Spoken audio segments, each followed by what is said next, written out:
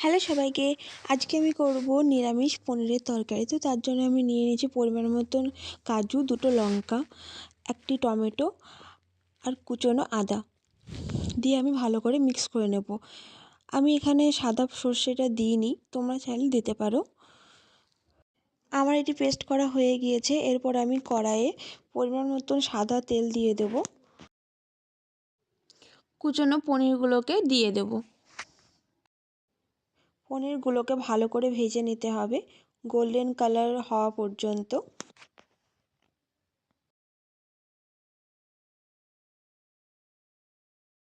আমার এখানে পনিরগুলো ভাজা হয়ে গিয়েছে। এবার আমি এগুলোকে তুলে নেব।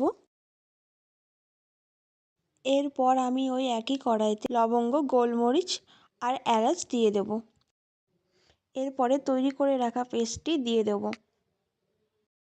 আর গ্যাসটিকে মিডিয়াম আঁচে রেখে ভালো করে নাড়তে হবে যাতে কড়াইয়ে লেগে না যায়।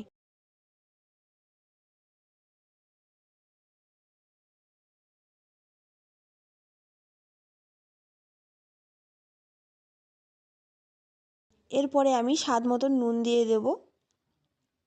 এরপর পরিমাণ মতন লঙ্কার গুঁড়ো দিয়ে দেব, দিয়ে আবারও ভালো করে নেড়ে নেব। আর আমি এটিকে ততক্ষণ নাড়ব যতক্ষণ না ওপর দিয়ে তেল ভাসছে।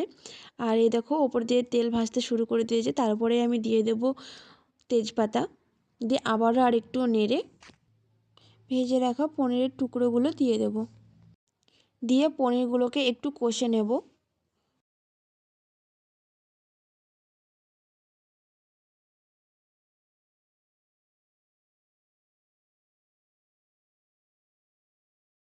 পনিরগুলোকে ভালো করে কষে নিয়ে আমি তার মধ্যে দুধ দিয়ে দেব। আর এটা আমি কাঁচা দুধ নিয়েছি আর সামান্য পরিমাণে জল মিক্স করব, দিয়ে ভালো করে মিক্স করে নেব।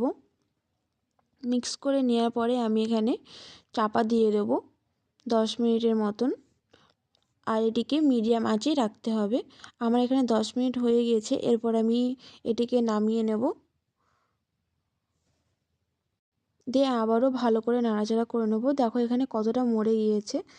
আর তোমরা যদি চাও তাহলে এটিকে আর একটু মারতে পারো, আর যদি একটু ঝোল ঝোল রাখতে চাও তাহলে সেটাও রাখতে পারো, তো এটা তোমাদের ওপরে।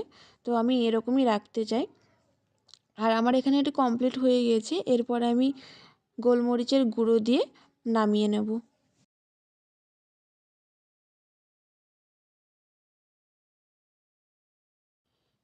তো আমার এখানে নিরামিষ পনিরটি তৈরি হয়ে গিয়েছে।